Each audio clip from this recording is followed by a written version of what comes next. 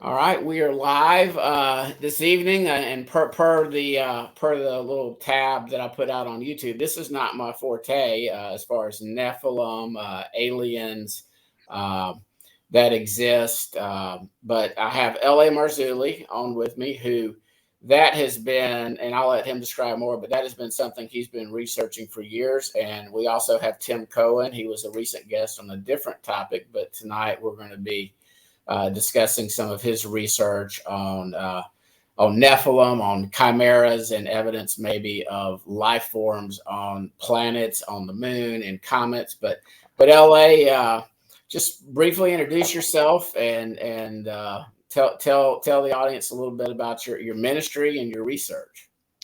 I'm L.A. Marzulli. I'm the author of 13 books and 27 films. 28 is coming out very shortly. We're working feverishly to get all the UFO films out before the end of the year. Those are marching orders from the Lord, who redirected our steps. Right now, we were supposed to be in Europe filming, but that was a redirect. He really wants to get the last 3 of the UFO films done. 6 is just about to be released. It's on cattle mutilations. It's the darkest film I've ever been involved in, and we really connected the abduction phenomena with the cattle mutilations. So we did a deep dive there, and we went and discussed and interviewed people, one rancher in particular, Roy Miller, that had 16 cows in like 18 years. I mean, the numbers might be wrong, or 14 cows in 16 years, but it's ridiculous. And we, of course, interviewed Chuck Zukowski, which is Mr. Cattle Mutilation himself. He's been to about 50 mutilations. And what we uncovered with this is you're looking at Hell's Kitchen. This is a deep dive into Hell's Kitchen, and it directly correlates to the abduction phenomena, which was number 4. So number 4 in the film series is abductions, 5 is crop circles, 6 is the cattle mutilation film, 7 and 8 are on Roswell. And we were actually into the debris field, and we discovered something there, which we've already had analyzed, which will be in the film. And I think you'll find that interesting. And number 9 in the series will be, what is the truth? What are we looking at? There's 2 sides of this, essentially. One side is that these are extraterrestrials from some other planet and far, far away, and that perhaps they seeded us here, seeded all life here. They are our progenitors. They genetically manipulated us. That's one side. The ancient alien side, the Anunnaki side of the equation. And then there's the biblical prophetic narrative, which of course is what I hold dearly, that these entities are the fallen watchers. They're back. Jesus tells us it'll be like the days of Noah. And what differentiates those days, of course, is the presence of the B'nai Ha-Elohim, the fallen ones, the watchers. And I believe that the Anunnaki are nothing more than the watchers. I mean, that's what it is, in my opinion. We're wiped out in the flood, but the vestiges of the Nephilim are global. It's everywhere you look, if you know what to look for. And that's our whole 8-part series on the Trail of a Nephilim. We go to all sorts of places all over the globe, and we sort of prove that. So that's a little bit about what we do. And I just want to give a shout out to my business partner, Gil Zimmerman. He's been with me now for 5 different films. He just got done filming on the Trail of a Nephilim, probably number 9, which is going to be a mind blower when it comes out. So there you go. And I have I've watched several of your videos, numerous YouTube chats and things like that. And so if anybody is, even if you're not interested in this, especially with everything going right now, I would highly recommend LA's work, and because it's fascinating, and especially in the times we live in. All right, so Tim, I'm going to put you on your solo layout now, and if you could just on this topic, just do a brief introduction as to your research on this, and then we'll go from there. So I researched the entire gamut related to this, including what's out there in our solar system. I've got a forthcoming series of books called Solar Apocalypse that has individual volumes on certain planetary bodies in our solar system, like Mars, the Moon, comets and asteroids, and then other planetary bodies, and of course also Earth. as the first volume, and I deal with secret space programs and so-called whistleblowers from those programs in all of that as well. And I've discovered some fairly shocking things I didn't expect to find myself originally in our solar system. And LA, to your point, I am a young Earth creationist, and I put everything in a biblical context in terms of the so-called aliens. And so when we talk about the biblical Nephilim, prior to Noah's flood, we had fallen angels, a group of them come into human women and produce unnatural offspring, human-angel hybrids. Those were the original Nephilim. And a lot of Christians believe that those, who accept that from Genesis 6, believe that those Nephilim were wiped out entirely in Noah's flood. It's my contention that, in fact, they were not completely wiped out. There were some that were off Earth. What they had been doing on Earth is not just limited here. They had been hybridizing all life on the planet to produce all kinds of chimeric hybrids. I agree. All over the surface of the Earth, including the dangerous dinosaurs, but they didn't limit it to our planet. They began to seed those things all over our solar system, which was more habitable prior to Noah's flood. So the catastrophe that struck Mars, the catastrophe that struck the moon, all that transpired immediately before Noah's flood on Earth. Earth was simply the least damaged of the planetary bodies. So what happened, I believe, is that we had several highly, very densely populated planetary bodies in our solar system. And with Noah's flood on Earth, what precipitated that, including cometary or meteor bombardments, comets and asteroids, that also damaged Mars, it damaged our moon, wiped out what the Nephilim had been doing there by and large, but left a lot of trace fossils and evidence and possibly some ongoing life still on Mars. And I've got evidence of that as well. So what has been happening with the so-called alien phenomena, you say, LA, that you think they're perhaps the original Anunnaki or Nephilim. I would say that they are something a bit different from that. So when the Nephilim that were on Earth, the ones that were still on Earth when the flood occurred and died, they became the demons, human-angel hybrids. That's what demons are, disembodied Nephilim. I agree. But demons can possess bodies, whether they be human or an animal or a fake alien. So in terms of the fake aliens, the induction phenomena is about producing a whole series of quote-unquote races of humanoids with an agenda to produce one or more races capable of self-reproduction. And I don't believe that the fallen angels and the Nephilim, secondary Nephilim is what I call them, so basically the chimeric hybrids that are possessed by demons in some of these anti-gravity craft, I don't believe they've achieved self-reproduction yet. So I think the whole abduction phenomena, what they're doing with the cattle mutilations, the things that people report in terms of being aboard the anti-gravity craft and what's being done to them, taking reproductive materials and so forth, it's all related to an agenda that is ultimately geared toward producing humanoids capable of self-reproduction and then annihilating mankind on Earth to completely replace us, so that these humanoids would look to the fallen angels and so forth as their quote-unquote gods. And there was a similar agenda being pursued prior to Noah's flood, including the possibility that human slaves, or voluntary worshipers, as the case may be, were seeded by Nephilim to other planetary bodies in our solar system, possibly beyond. So in my Solar Apocalypse series that's coming, which is a multi-volume series, I've been working on it now for several years, I produce evidence of very obvious artificial structures on Mars, some that appear to be artificial on the moon, Titan-sized creatures all the way down to creatures the size of mice on Earth. And when I say Titan-sized, I'm saying not just as big as something like Godzilla, but in some cases vastly larger. So, and evidence of Titans on Earth that dwarf the dinosaurs that are known. So I actually have one that I'm going to share in the series that could be dug up on Earth today that is about 550 feet in length, a sea creature, partially exposed on their surface. So, but where I'm going with that is Asian mythology, where they're, in folklore, where they're talking about giant creatures constantly. Such creatures actually existed, maybe not exactly like the ones that are folklore, but that size and larger did exist. So, and I'll show some here today when we get into this. I'm not just going to say it, I'll give examples. I have evidence of ongoing life on Mars, reptilian and insectoid, most likely. All kinds of fossils, some fully exposed, some just heads, many just heads.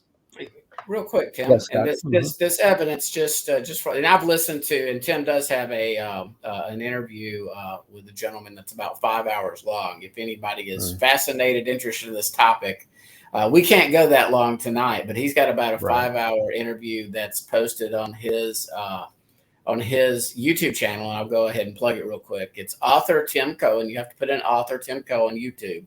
And then you'll find it, and in the video list, he literally does a 5-hour discussion on this. So, but Tim, and I'm going to do a little leading here, just because we don't have that much time. But it's my understanding, and you correct me if I'm wrong, that this evidence that you say you have, it's not something that you went to Mars or the Moon. You have pulled this from NASA photos, from other space agency that's public domain. Is that correct?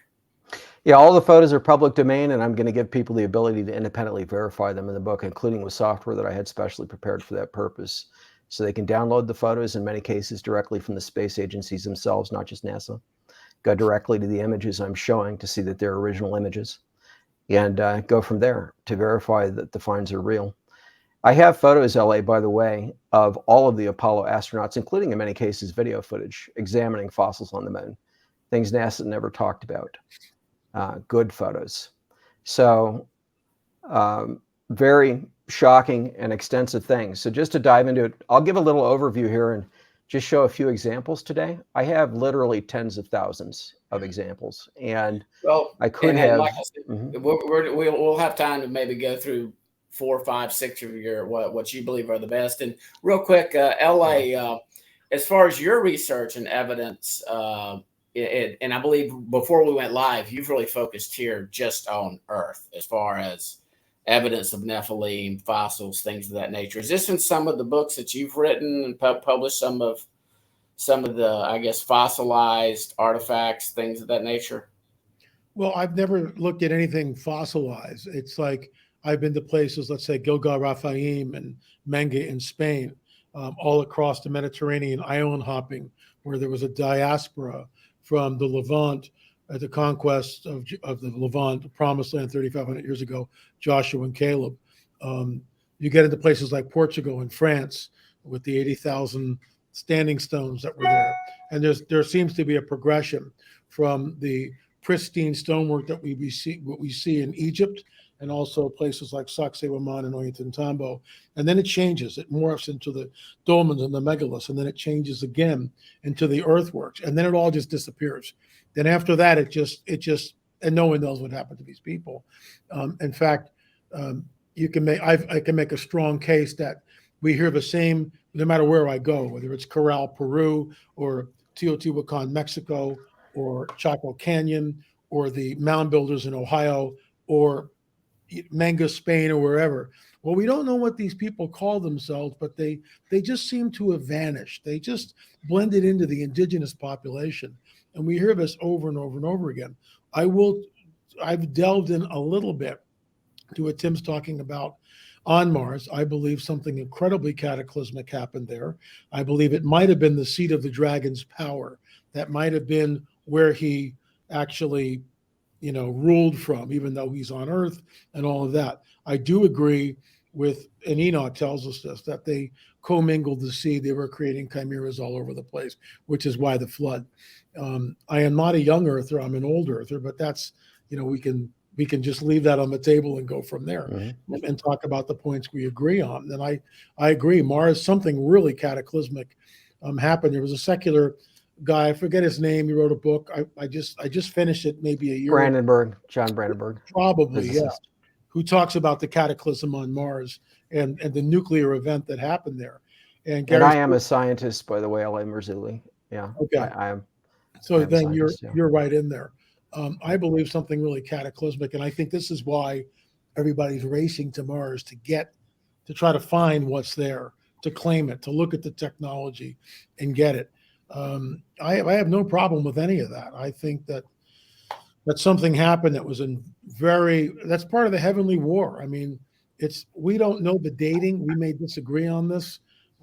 I put it further back, but I mean, nobody really knows. I mean, we can, you can do point counterpoint till the cows come home.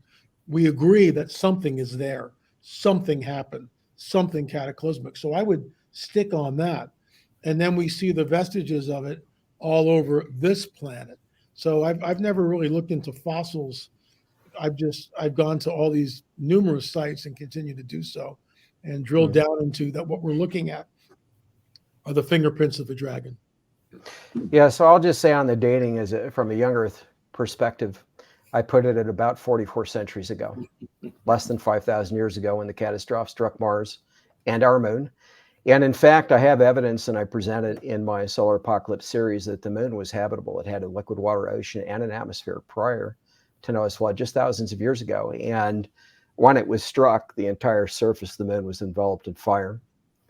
The atmosphere, less gravity on the moon, was mostly blown into space. There's an exosphere there today, but all that gray that we see on the surface of the moon is mostly ash. And in fact, the Apollo astronauts reported that when they got back into their space capsules, the landers and took off their helmets, it smelled musty like ash. Wow. Which was interesting. But I have evidence that suggests recent ongoing life on the moon, and I covered that in the series as well, where an atmosphere is not necessary. So a lot of really very shocking things, but I want to get into some images because I could literally talk for hours on this, and let's I wouldn't do that. Pull up your first one, your first image. All right. So are you seeing this on my screen? Yes, we are. This noticer? Okay. So one of the things that I do in the first volume of the Solar Apocalypse series is I address fossilization. Many people think that it's just bones, like what we see in most cases when we go into a museum on Earth today. A fossil is going to be bones. That's what they think. What most don't realize, however, is that there is such a thing as flash fossilization. And so this is a notosaur found on Earth. It's about 30 feet in length. It's one of the best flash fossilized fossils ever found on Earth. It was dug up in Canada a number of years ago. It took someone 7 years to chisel this out of stone. And the point I want to make is, if all you could see was just the head of this notosaur sticking up out of the ground, LA, I'll just ask you, from, say, this angle right here where I'm circling the screen, would you realize that that was a great fossil, or would you think maybe it's just a rock? Yeah, I would say that I'm looking at pareidolia. I'm saying I'm reading into what I'm looking at. So I would go with the latter for sure. You think it's a rock, and yet it's one of the best fossils ever found on Earth. So with that intro, I will simply say, and I'll give some examples as we go, that many of the fossils that I have on Mars are superior to what you're looking at with this notosaur, and many of them are flash fossilized. Some of them are fully exposed on the surface. Some are just heads sticking through the surface, trying to take their final breath before they died and fossilized. Real quick, when is this book being published? Because, again, I like you, brother, but you got a habit of talking about publishing something and it never happens, or it hasn't happened yet. LA, you don't know this, but I'll have about 40 books out, 3 multi-volume series in about 3 years. So most of them worked on for more than 10 years each. So this is the Solar Apocalypse series right here. This that we're looking at, these are the volumes. They'll be reorganized a bit by the time it's published. So for example, on soft disclosures and secret space programs, I actually interviewed most of the prominent individuals who claim to have been to Mars and that kind of thing. And I recorded the interviews for 10 hours each in some cases.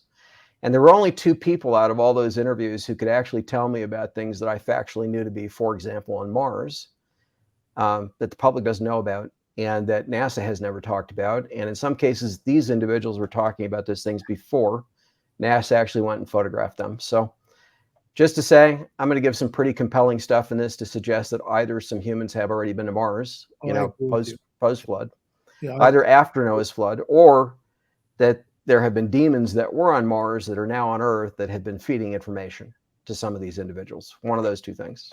I would go with the former. I think that we've already been there, and in their craft.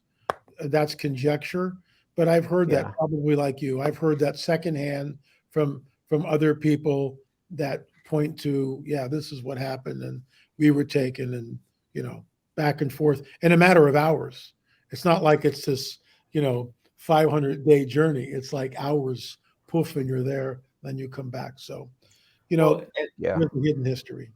And next question, Tim. as far as these photos and pictures, is it not something? And again, yeah, but I want you to pull out some examples here real quick. But is that not something?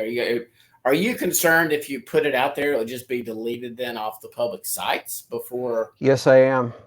NASA doesn't know what it's already shared with the public, and in fact, there are millions of images that NASA has shared, large panoramas, and of those, many of them have lots of fossils that NASA has not caught or obscured, and some of them are really incredible.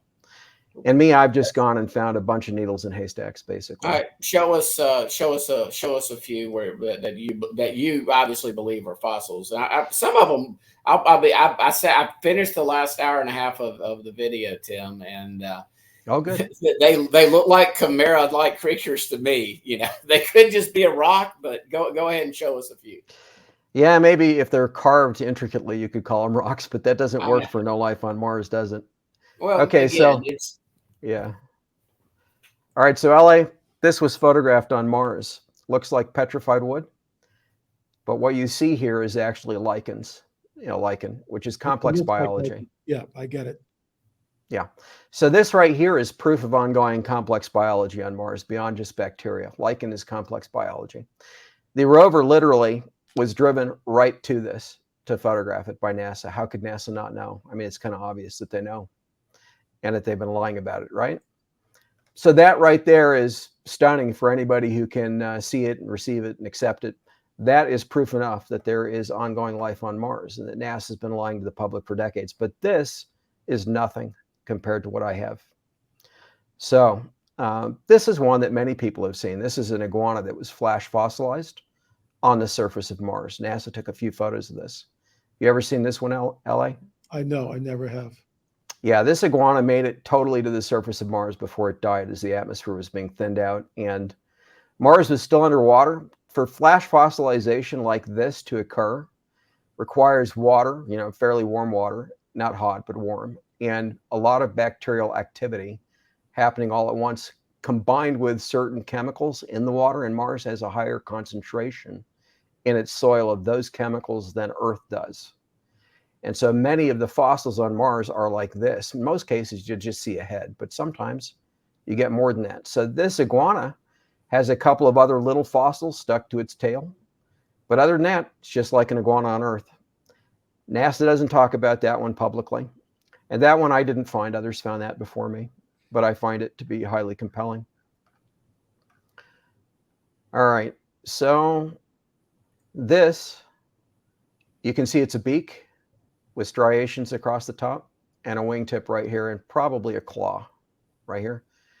This is, I believe, a pterosaur just sticking out from the side of a hill, a dead pterosaur on Mars. The rover was not far from this, and this head is fairly large. I looked at this for quite a while, couldn't figure out what to make of it. And then I realized, because there are people who've testified of being on Mars and seeing pterosaurs and actually having to kill dive-bombing pterodactyls was their claim. But I have multiple photos of what appear to be fossils of pterosaur-like creatures. Yeah, and the better photo of this, and this is in a slideshow, but the better photo of this, you can actually see a row of teeth right here where I'm circling between the upper and lower beak. And Tim, okay. I'm assuming you've done no type of image enhancement to this. This is just directly what you capture. Yeah, there's no enhancement at all to this. It's just enlarged, zero enhancement. And that's the case with most of these photos. So here's one, zero enhancement. In LA, you might not recognize what you're seeing right here, but this is on Mars. This is a box in the background. It's rectangular. There's actually an X on the surface right here. Can you enlarge that, Tim, for us? Or I'll just make... Well, now I'm going to show you an enlargement of this right here in a moment, okay? But what I want you to see is all around this are heads sticking up through the surface. Here's one. Here's another one. Here's part of one. Here's part of one. Here's part of one. This creature is fully exposed on one side right here on Mars surface. Probably a fossil. But here's the same thing. I put a copyright across it. Sorry for that. Till I share it publicly. But this was running the same image through HDR software to just, enlarge it and show the details of what's here. But this actually has an insectoid shoulder, which is what this is, a folded leg right here. Wings, it appears, they're folded right here. and then an amphibian mouth, almost a frog-like mouth, but it's striated. So, and Scott, I know you asked me to show my best photos. I'm saving that for the book. I'm not putting anything out that NASA could use to go and locate this in their images. I do have a sharper, better version of this. And you can see that the lips, it's so good, in fact, that you can see the lips are serrated like the edge of a serrated knife on this thing, and that it's eating something right here. You can actually see that in the better image. Nonetheless, this is enough structure to see you're looking at a creature, including a rectangular ear, an eye with an eyelid, a very intelligent looking forehead with almost a bony crown-like structure right here, and a nose and then an amphibian-like mouth, a folded leg. So I consider that one to be quite stunning. These are moorheads, LA, on Mars, and again, not enhanced at all. In this case, this is exactly how NASA released it to the public, but NASA doesn't know they released this. And but I've got copyright text again running across this. Here's an enlargement of it. This thing has mandibles or something like that that are braided off its nose. This is an exposed head with a very ornate base. You see all these nodules here that are in a circular symmetry, radial symmetry. And then an ear, not rectangular, but this is the ear right here. Eyelid that's closed. And then looks like mandibles, but just the head sticking above the surface for this one. Another fossilized head, another fossilized head. Others around it, not so easy to recognize. This is a good recognizable one. This one, I don't know if you'll see it right away, but this is a dinosaur looking across a little valley, I guess, at another creature staring at it right here with a beak of some sort. Looks like it's got wings, almost like a bat standing on its feet right here. This is the unadjusted photo. This is as NASA released it right here. This right here I did as another HDR software thing to make it a little more visible in some cases, but it has red eyes exactly like you would see on some reptiles on Earth today, right here. This thing is a head sticking out from the side of this little outcropping, looking at this over here. Two other creatures on Mars' surface, no movement. So these could be flash fossilized fossils. In other words, they're not necessarily alive. And that's one thing that I didn't mention, LA. When we looked at that nodosaur, if you were to go to the museum and see that on Earth, it would have a greenish tinge, like a dark green. And that's because in many cases, flash fossilization, that chemical process happens so quickly that the color, the pigmentation of the creature's exterior is actually captured in the stone. It's preserved, in other words. So you can have a flash fossilized creature that, you know, once it's exposed, or if it's never buried, can look almost as if it's alive, depending on the level of decay. Here's another one. You can see the leg with a shadow right here beneath it, the back leg of an almost dog-sized creature with an odd head. Not a great photo, but I like it because it's got something popped up through the soil looking at it again, right here. And I'm going to skip a lot of these. This is one that I particularly like. Again, I ran it through HDR software. Whoops, let me go back. The reason I like this one is somebody in one of the SSPs told me about this and was talking about this to me. I recorded it in the interviews with him before he knew anything about me or that I had photos of it. So he described this in detail to me. He called it a dump truck or a truck-sized locust, basically, a hybrid that was carnivorous. And in the best photos of this, it's actually got a humanoid skull, LA, right here between its front legs, beneath its head. So it was described to me as having a mantid-like head, and you can see the head right here, being carnivorous and having 6 legs and being truck-sized, quite large, and very fast when it moved on Mars. This thing here is a fossil. It's not alive, but what you can see clearly in this one is the segments of the legs, 3 segmented legs on one side, and then part of the other front leg on the interior right here. And then what looks like a V-shaped structure for wings. I showed this to a fellow named William Ramoser. Have you ever heard of him, LA? No. He's a professor of entomology. He's written college textbooks on the topic. Professor Emeritus, taught entomology for about 40 years. He came out a few years ago and was claiming life on Mars, both insectoid and reptilian, with a series of photos that he presented to other entomologists at a conference. And they didn't take it seriously. And he showed photos that to him were very compelling, which to me would be hard, even to me, would be hard to recognize as what he was claiming. I shared this one with him, and he immediately recognized this as an arthropod on Mars, a large arthropod in life form. But his name is William Ramoser, and hopefully someday I'll be able to do something publicly with him. At any rate, this was described to me by somebody who claimed to have been on Mars without knowing that NASA had photographed it or that I had a photograph of it. And because he was able to describe this to me in detail and I knew that it actually existed, I took his claim of potentially being on Mars or having been exposed to something on Mars seriously. So I'm going to kind of skip over this, but there's a series of images I share in this presentation, and you'll find it in that 5-hour one that Scott mentioned on my YouTube channel, author Tim Cohen, where I demonstrate that there is something in the background here. This is a bunch of fossils. And by the way, LA, if you see this, I don't know if you can see it, there's a barbed tail off the end of this one right here. And let me see if I can quickly locate the better slides on that. I may have blown past it earlier. Just to show you that tail. Yeah. Okay. Well, this creature right here, and it's, I mean, I wouldn't think much of this just looking at this if it's all I saw in the image, right? But you can see it right here behind this. So this thing right here is behind this in this image. So I blew it up, and this is the head of the thing right here. Very poor image. But what's so intriguing about this is that NASA took a series of 5 images back to back. This is the same thing. This is the rock I was just showing you with the creature behind it. That creature was right here. You'll notice it's not present in this image at all. And if I go back one, again, it's not present. This is that rock again right here. But there are a series of images where it moves, that thing. So here's the creature right here that I showed you blown up a moment ago. I said the head was right here. This is the rock that it's behind. Here's another image. It's not there. You see that, right? Mm-hmm. Sure.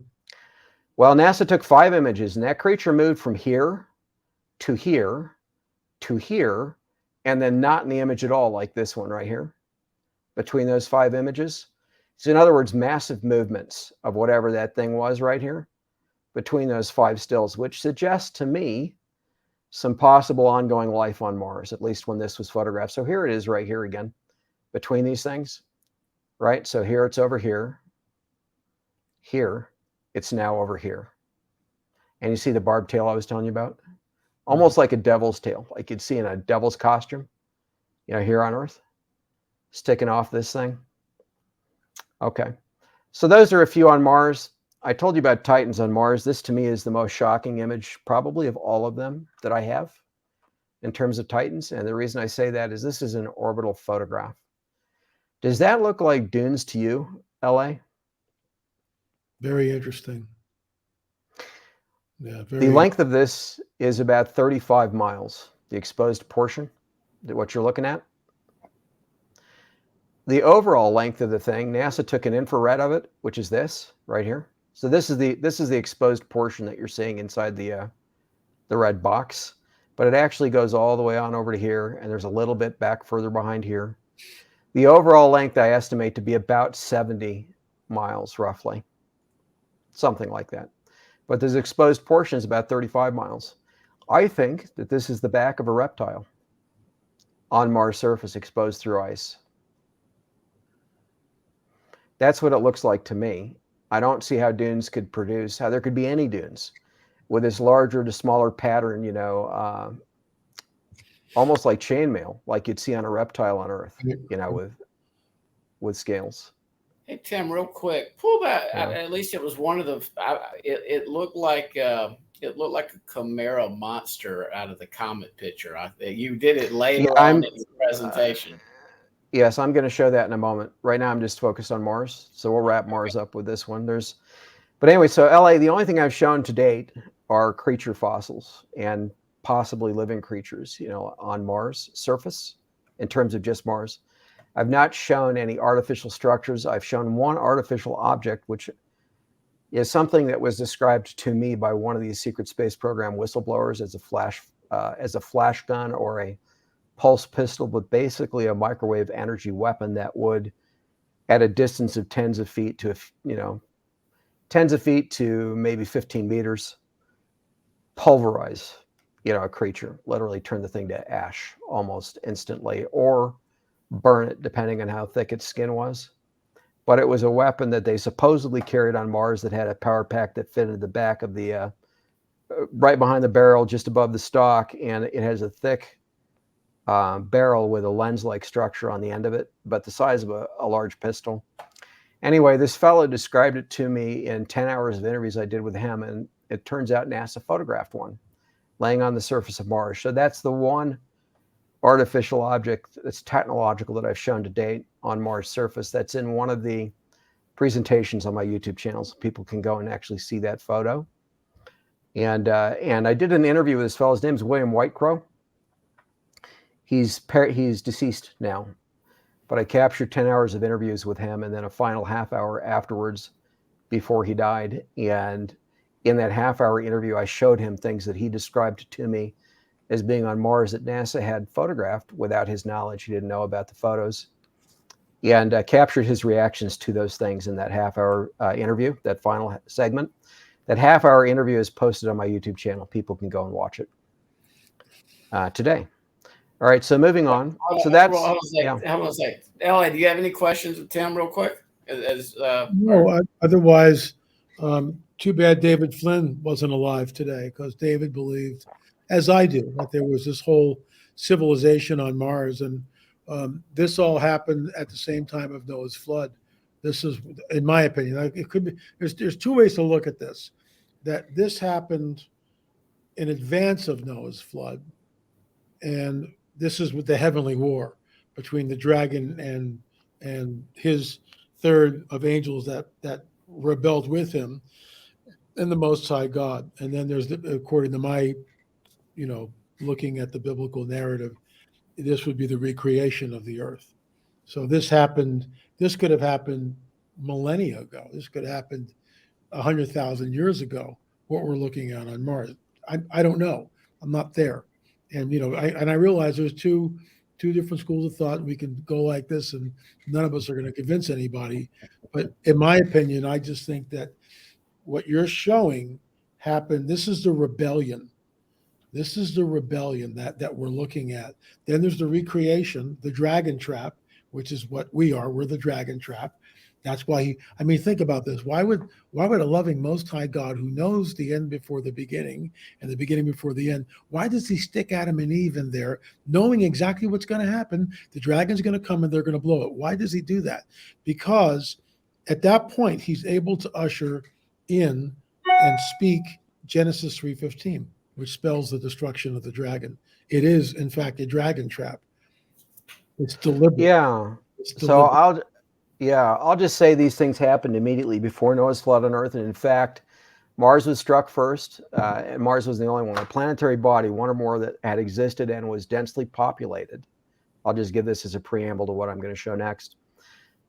There were several planetary bodies that were populated in our solar system, and they were seeded by the Nephilim. That's how they became populated, with unnatural creatures, some of which could reproduce. Maybe a lot of them could reproduce. And they became densely populated rapidly, like Earth became densely populated after the creation in Genesis. But anyway, I put these things as right before the flood on Earth, and that one or more planetary bodies were exploded by God himself. Yeah, I agree. Between Mars and Jupiter, and created the asteroids and pelted Mars, damaged Mars, struck our moon, badly damaged it, and then struck Earth. And Earth was partially shielded by the moon from some of the worst impacts. Have you looked at David Flynn's work at all? Are you familiar with it? I am familiar with it, yes. And in fact, I've looked at all of these things. So the models that you're proposing, what John Brandenburg proposed, everything that's been suggested out there, I address in my Solar Apocalypse series, and why I believe the biblical model is actually the correct one. And in terms of Genesis 3:15, LA, I have an entire volume, an entire book that I have written on that as part of my coming Messiah History in the Tribulation Period series, and I call that volume Conflict of the Aeons, Understanding the Proto-Evangelium. Right. So all that relates to the Antichrist and Satan and a bunch of other stuff, not just what we're talking about. But it's I do address it. War, which we find ourselves in. Yeah, I do address it. So, at any rate, comets and asteroids, according to modern astrophysicists, old age people who are not biblical creationists, they claim that these are the building blocks of planetary bodies over billions of years, right? Nonsense. And solar systems and so forth. That's their claim.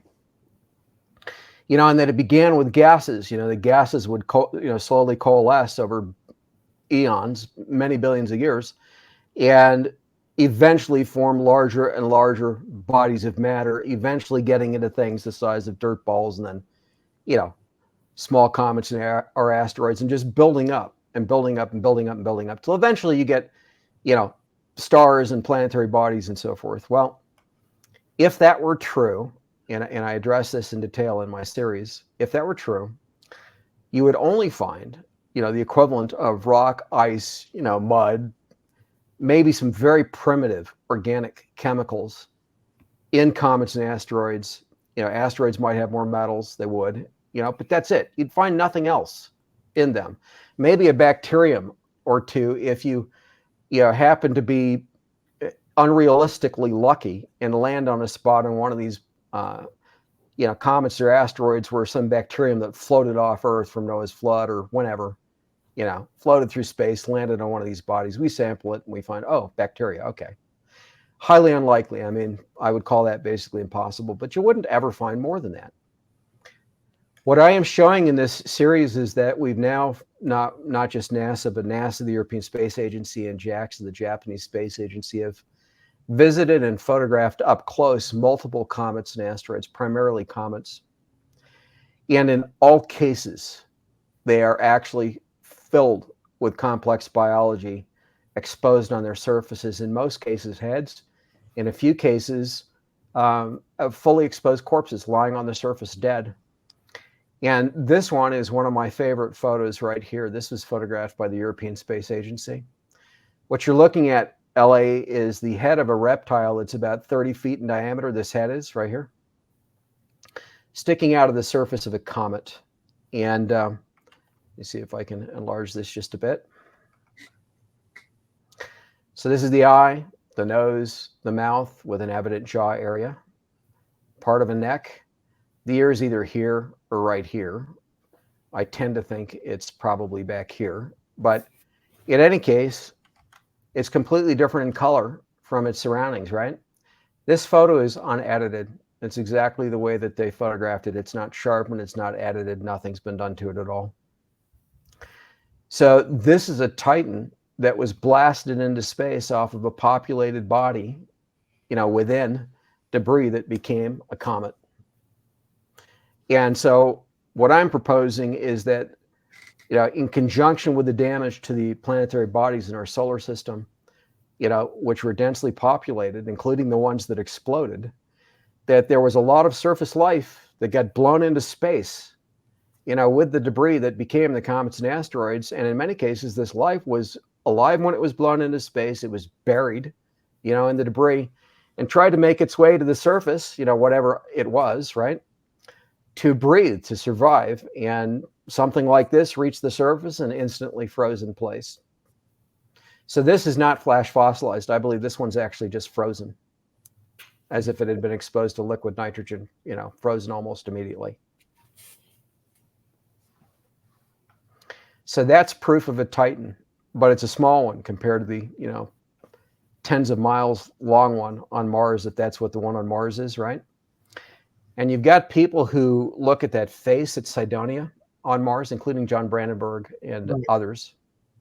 That thing is about 1 mile to 1.25 miles in diameter, and it's highly decayed. And people have argued it's either a structure that's decayed or it's a phase, thinking it's artificial, or it's just a decayed mountain, according to NASA and the better photos. I have multiple photos of skulls that are in far better shape than that on Mars' surface that are orbital photos, anywhere from 1.5 miles to almost 4 miles in size. In other words, that face at Cydonia is nothing compared to some of the other stuff that's been photographed on Mars from orbit. And I am showing examples of that in the volume on Mars. In other words, yeah.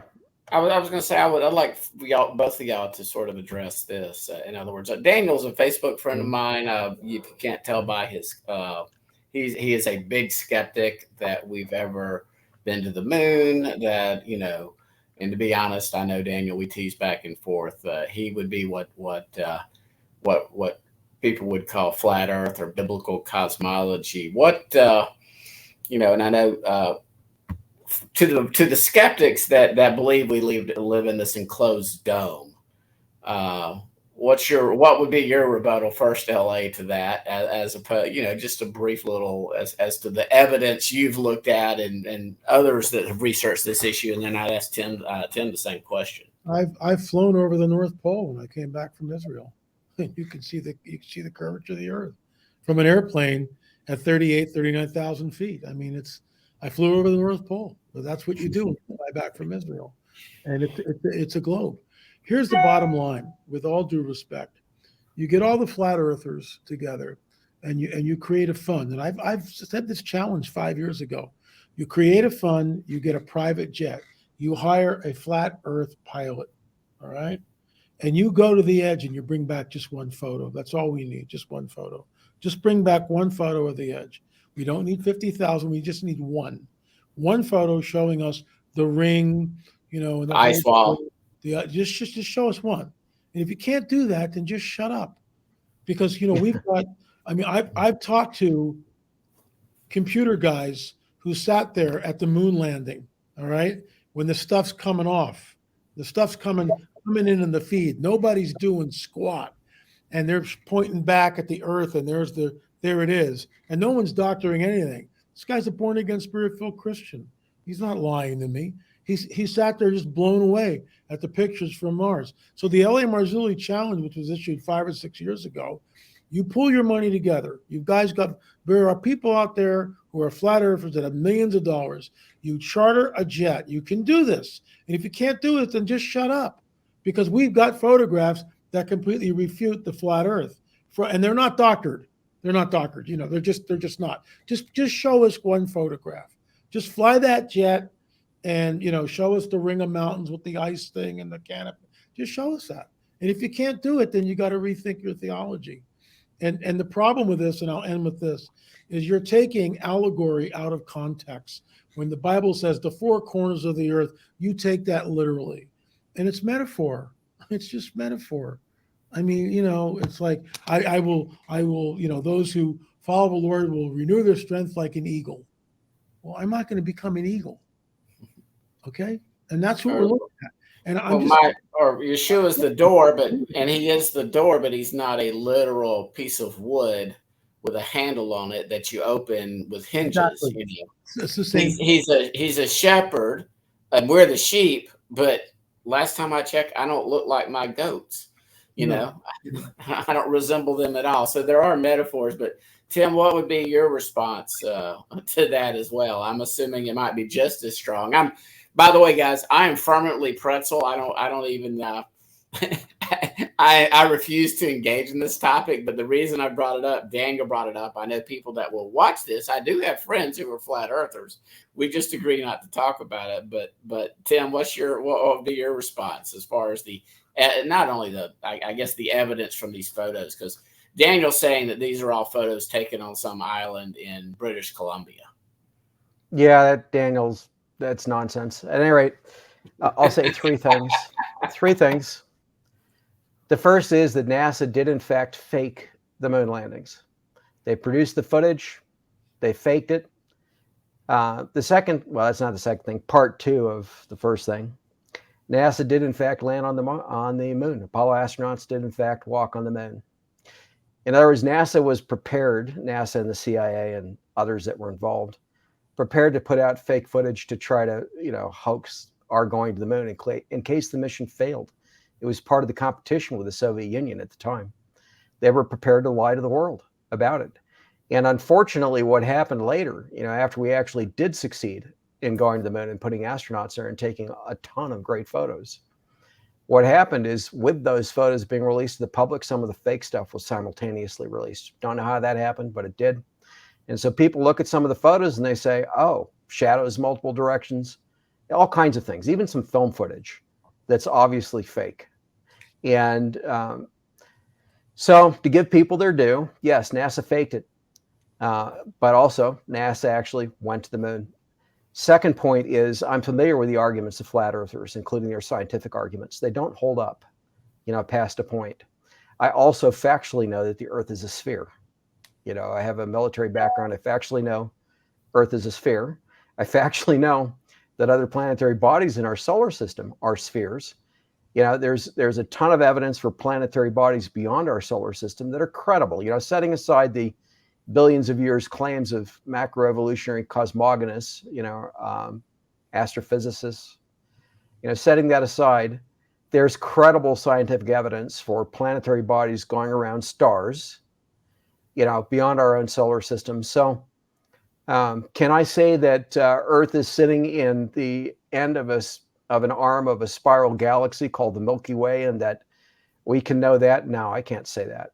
I'm not going to say that the science is sound enough to make that claim, like NASA is claiming. And certainly we don't have the ability to photograph that at this stage in humanity's existence. But our solar system is, as scripture describes, and Earth is in fact a sphere. And when Isaiah talks about the circle of the earth,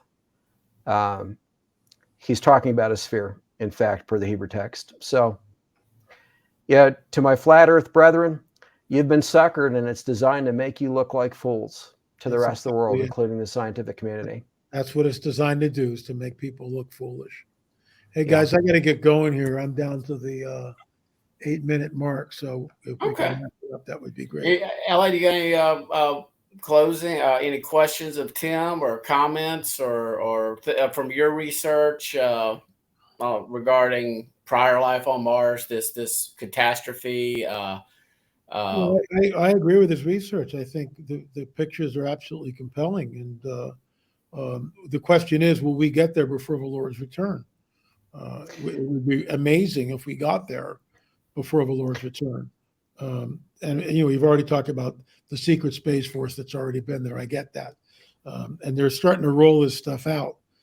But in my opinion, what we're looking at is disclosure at some point.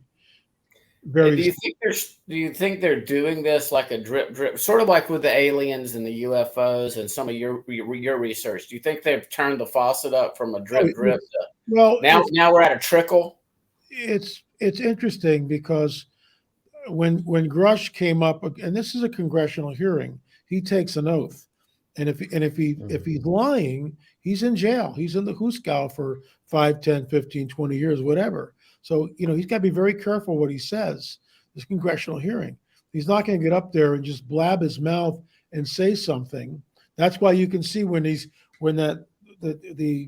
especially with Macy, when he's very guarded in what he says.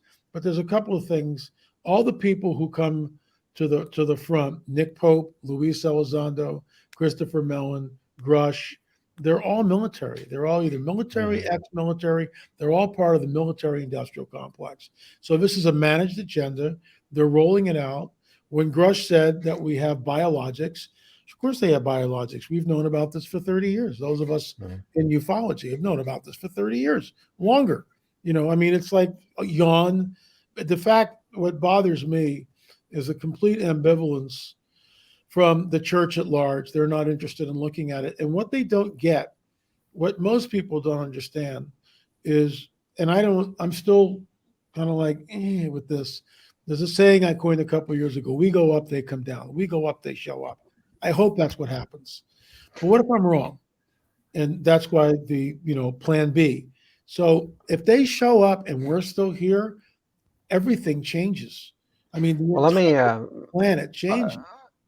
Let me tell you what is going to happen and what this is actually about, because I know. So, I'm sure you've heard a lot of this, LA, this notion that our government and other governments around the world, some of them, have been working behind the scenes with these humanoids to advance our technological capabilities and clandestinely. Yeah, that's all sure. Right. And that military industrial type folks have also been doing so secretly, not necessarily just governments. So there are multiple agendas at play. One is to supplant humanity if they can produce humanoids that can reproduce on their own. But meanwhile, these so-called aliens, these humanoids, are telling governments behind the scenes, we've modified ourselves genetically over time to such a degree we're no longer able to reproduce successfully on our own.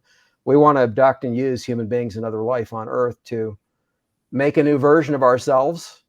And if you'll allow us to do that, and of course the government has said do it without killing people, right, as much as possible. If you'll allow us to do that, we'll advance you technologically in case the bad humanoids show up, and we'll work alongside you and we'll fight with you if necessary to make war against them in the future. So in other words, our governments are looking at this and saying, well, we don't know if they're lying to us or not, but yeah, we'll take the technology because if they are lying to us, it might help us in the end. And it's all a setup so that when Yeshua returns with his angels from heaven, they look like the bad alien invasion. And mankind at that point, having experienced disclosure, to some degree beyond where we're at now, will turn its weapons of war against Christ and his angels at his return as if that were an alien invasion. Exactly. No, we're kind of on the same page. I mean, there might be little nuances here, but we're basically, I call it the coming great deception, because this is going to change everything. Anyway, I got to go, guys. Nice to meet you. Thanks, All right, man. Nice well, meeting you. Thank you for joining. I'll hang out with Tim for a few minutes longer. If I don't watch, I'll be here for the next 4 hours. But I appreciate you, and I know that for a fact. But LA, I hope we can talk more further in the future. Sure. Talk further. Absolutely. And I look forward if to you it. can intro me to some of the people who I can share this with, that would be great too. I will do my best. Nice to meet you. Thanks, Scott. Very nice meeting you. Thanks, LA. Appreciate it. Yep. Bye-bye. So Tim, so you believe this the sort of like a cataclysm that not only destroyed all life on Earth, other than just the 8 in the ark and the animals, but this was also a other planets where the Nephilim had been seeded were also part of this judgment, not just Earth. Is that a good summary? Yeah, so all life on Earth except what was in the oceans that God originally created, right? So the equivalents of dinosaurs, the sea-based creatures, those died in the flood because there were chemical changes in the water in connection with Noah's flood that they could not survive. And then, of course, just what was aboard Noah's Ark survived. So in essence, God wiped out everything that he didn't originally create here on Earth in a brilliant and very sublime and to us would seem simplistic way. With Noah's flood. But prior to the flood occurring here, we had a habitable solar system. So people look at Venus today and they say, gosh, it's about the size of Earth. Where it's located around the sun, it could have been Earth-like in the past, but today the atmosphere is, super hot and couldn't sustain life as we know it. So we don't know what happened to Venus because we have a hard time even getting probes to the surface of Venus before they would just, melt and break apart within minutes, before they just completely fail. So there's some reason to think there might be some organics on Venus, maybe some past life, we're not sure. Mars, on the other hand, very Earth-like planet, but less gravity, smaller than Earth, smaller than Venus, and had tons of evidence for liquid water, ocean, or oceans on Mars in the past, for a warmer atmosphere. Even today, at like the equatorial areas on Mars, at the hottest part of the day, you're getting into the 60s, low 70s degrees Fahrenheit, like you'd have on Earth. In other words, if Mars had an oxygenated atmosphere like we have now, just with its current temperatures, you could walk in street clothes on Mars at the hottest part of the day and survive right now. But Mars had a liquid water ocean, a thicker atmosphere, lots of reasons to think Mars had plenty of oxygen in its atmosphere previously. And there's a ton of microbial activity and lichen and fungus, living on Mars today. That I have proof of that I share in the Solar Apocalypse series. And these photos that suggest more complex life, creatures, potentially some having survived on Mars' surface to this point. Our moon, so Mars was struck, very badly damaged, just about everything, they're wiped out in terms of life. What's left is mostly primitive, if not entirely so. Simple, in other words, up to the point of And by liking. struck, do you believe there used to be an additional body, planet, whatever we want to call it, within the system, and that Yah, essentially God, exploded, and that's part of how he used that to wipe out Mars. And what we're seeing in this asteroid belt and in these comets and everything would be the remnants of this planet that 4,400 years ago, at the time of the flood, give or take a few years. Yeah, God strategically blew up one of the bodies that had been seeded by the Nephilim, and because of where it was located and the force of that explosion, it pelted Mars, then it pelted our moon, leaving Mars and the moon as we see them today no longer habitable, basically, not the moon the way that it was, and Mars barely so. Although there are people in the SSPs who claim that Mars has a breathable atmosphere, and NASA's not telling the truth about that. So I cover that in my Solar Apocalypse series. In other words, they claim that Mars' atmosphere is much denser, and at the densest area is actually Earth-like today. That's their claim. The fact that the Mars, it looks like a little helicopter, basically, that NASA sent with a Perseverance rover that's been able to fly in Mars' supposedly thinner atmosphere, far exceeding its lifespan, its projected lifespan, and flying at altitudes NASA didn't think would happen, for extended periods. So it's highly unusual, and I asked NASA for the actual RPM data for that device, and they have not provided the raw data that I requested. I'm going to continue pushing for that, but the raw data could perhaps expose that Mars' atmosphere is actually denser than NASA's admitting, or maybe it's just as NASA is admitting. We're not sure on that yet. And but anyway, so Earth was then struck, and in Genesis it tells us the windows of heaven were opened in connection with the flood, right, Scott? And it tells us that the pillars, the foundations of the earth, were broken, fractured or crushed, broken.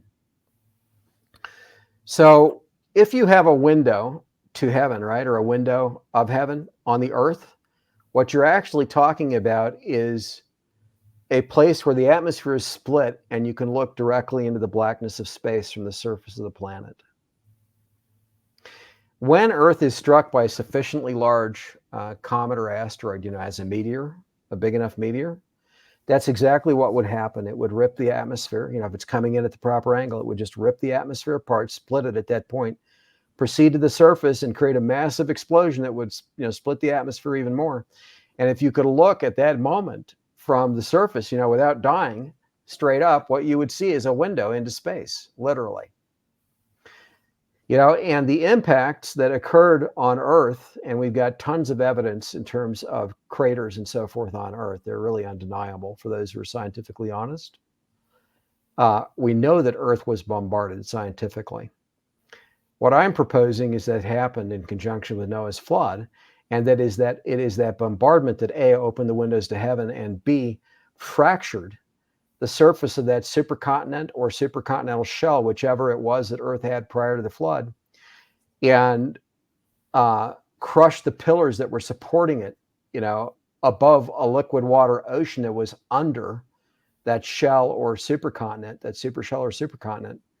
So that the crust of the Earth, now fractured and the supports broken under it, would then, being denser than water, be sinking down now toward the core of the Earth, and the water under it coming up over it. So in other words, the surface of the Earth flooded from beneath, not just from above. It's just the fountains of the deep were right. burst.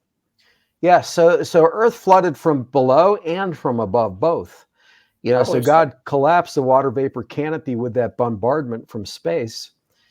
And so I believe that Scripture is describing the same event that damaged Mars and the moon, but not speaking of what happened beyond Earth, in other words, in the solar system in Scripture. Yeah, and that is, I mean, This is something, Tim, you've obviously studied a lot more since you've been writing your book for a while, but this is something I looked into probably 30 years ago when my faith got challenged out in Oregon by a lot of atheists, and started looking into some of this. You guys had a difference of opinion on the age of the universe, of creation. The only thing I'm really dogmatic on, I'm okay with your position. I'm okay with LA's position as far as in the beginning, Elohim, God created the heavens and the earth, and then there was day one. The only thing I get dogmatic on is I'm young Adam. In other words, less than 6,000 years ago, by golly, Adam and Eve. Adam was created, Eve was brought forth, or brought from Adam. So that's my kind of line in the sand. Definitely not any type of nonsensical theistic evolutionist or anything of that nature whatsoever. But yeah, on that I think Henry Morris, and back in the 60s, you probably read his book and about the water canopy. And we do know just by looking at fossils of insects, we know that those insects could not even fly in our current atmosphere. We see insects on Earth that right now people would think are monsters, or they would think they're like chimera hybrids or something. Now, I don't know if that was just because that's the way Yah created them, and due to the atmospheric conditions. We do know men were bigger back then, like compared to us. We're devolving. So different topic, but I think what with the genetic pool being, mutations aren't helping us any. I mean, my wife's got genetic issues. People have genetic issues. We are devolving ever since Adam, and then I believe we've devolved ever since great times 500 Noah, however many generations that was. We've all got a little bit of Noah in us. But what would you say? Is there somewhere someone could go to, to actually look at these? That I guess we'll close up here in a little bit, but would they just go to the NASA website? Is this something that they've got like hundreds of thousands of photos, and other space agencies that have all these photos? Yes. And anybody can just go in there and to their heart's content just start clicking through them. Yes. And in fact, if I had the time, Scott, to spend every minute of my life till I was 100 years old and died of old age, from the time I was old enough to get on a computer, let's say hypothetically, doing nothing but that, I would not get through all of the images already available from NASA, just NASA alone.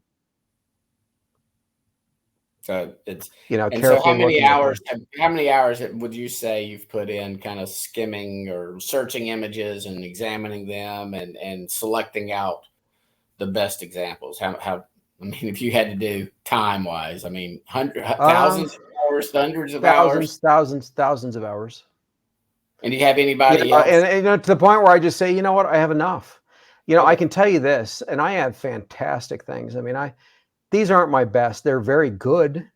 Mm-hmm. I have some that are better, lots that are not as good. But I found enough to prove what I'm saying from start to finish. And I don't need to spend a lifetime doing it. But that being said, in the future, if people want to spend, lots of time, lots of people want to pour through these photos, I am sure they will find things as good as, if not better than what I have found if they look carefully. Yeah. And again, too, this might even sound I know it'd sound crazy or cray, or maybe it's not sounding so crazy right now with the like I was mentioning with LA, with the drip now turning to a faucet turning. Could you see NASA coming out with some of their best photos that they might even not have published publicly, proving life as part of this great, what I believe is a great deception coming at the end of this age? And we both sort of align and agree that we're sort of in the final holding pattern before we start winding down the end of this age. Do you think that might be part of the alien disclosure, which we all, early on, me and LA all established that we believe these are the fallen sons of God, the watchers, the biblical account. But do you think that that's something NASA, the other governments might do to actually release these images? You know, to be perfectly honest, NASA lies. We know that. Well, we know that. Yeah, but I'm going to say beyond that, NASA's incompetent in many cases. They've got great engineers, without knowing about the anti-gravity stuff. They've got good engineers for the conventional stuff. But they don't have archaeologists. They don't have acceptable paleontologists. They don't, in my view, have acceptable biologists. Frankly, those people are idiots in many cases. And I hate to be so blunt, but they are. And you can either say they're really as dumb as they come across, in other words, idiots, like I'm saying, or they are lying to keep their jobs and their pay through their teeth constantly. It's one of those two things. There's no in between on it. And there have been some NASA people who are actually honest, who came out and told the truth, and NASA's done everything to suppress what they were saying. And I addressed those people as well in my Solar Apocalypse series. So in other words, I cover all the bases, everything. And so I don't think NASA is qualified, we'll say with double quotes around that, qualified to be part of the disclosure of anti-gravity craft and this kind of thing. I think it's more likely that will come out of left field, maybe from the military-industrial complex, perhaps our actual military, some more disclosure there. Perhaps the humanoids just deciding, okay, it's time to sucker mankind the rest of the way and landing on the White House lawn. Well, those are all possibilities. And to that theory, I do believe that there will be a literal war in heaven, and Satan and the fallen angels will be cast down, no longer allowed to accuse the brothers in the heavens. The accuser is thrown down, and I think it gets supernatural biblical up in here, sort of a 3.5 year, 42 month, 1260 day period in which it is literally like the days of Noah.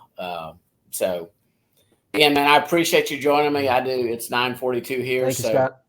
But we'll chat again soon, Tim, and pleasure speaking with you, brother. All right. So I'm gonna end the broadcast. God bless. We'll talk to everybody later. Bye-bye. Oh, one thing. Tell them about Prostias' site, please. Oh, okay. You can tell them right now. It's you're still. Yeah, we're still live. At the very end here. Thank you. I tend to forget myself. So, for those who wish to know about my books that are out and the ones that are coming, just go to prophecyhouse.com, prophecyhouse.com. And then the YouTube channel, as Scott mentioned, where you can actually see more on this topic we were discussing tonight. And sorry, let me type it correctly here.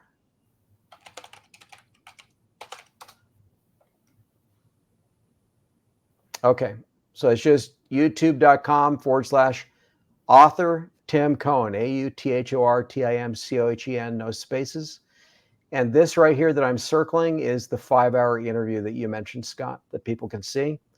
And going a little further over, this is the half-hour one I mentioned with William White Crow after 10 hours of interviews with him, where I showed that pulse pistol or flash gun, that artificial object on Mars.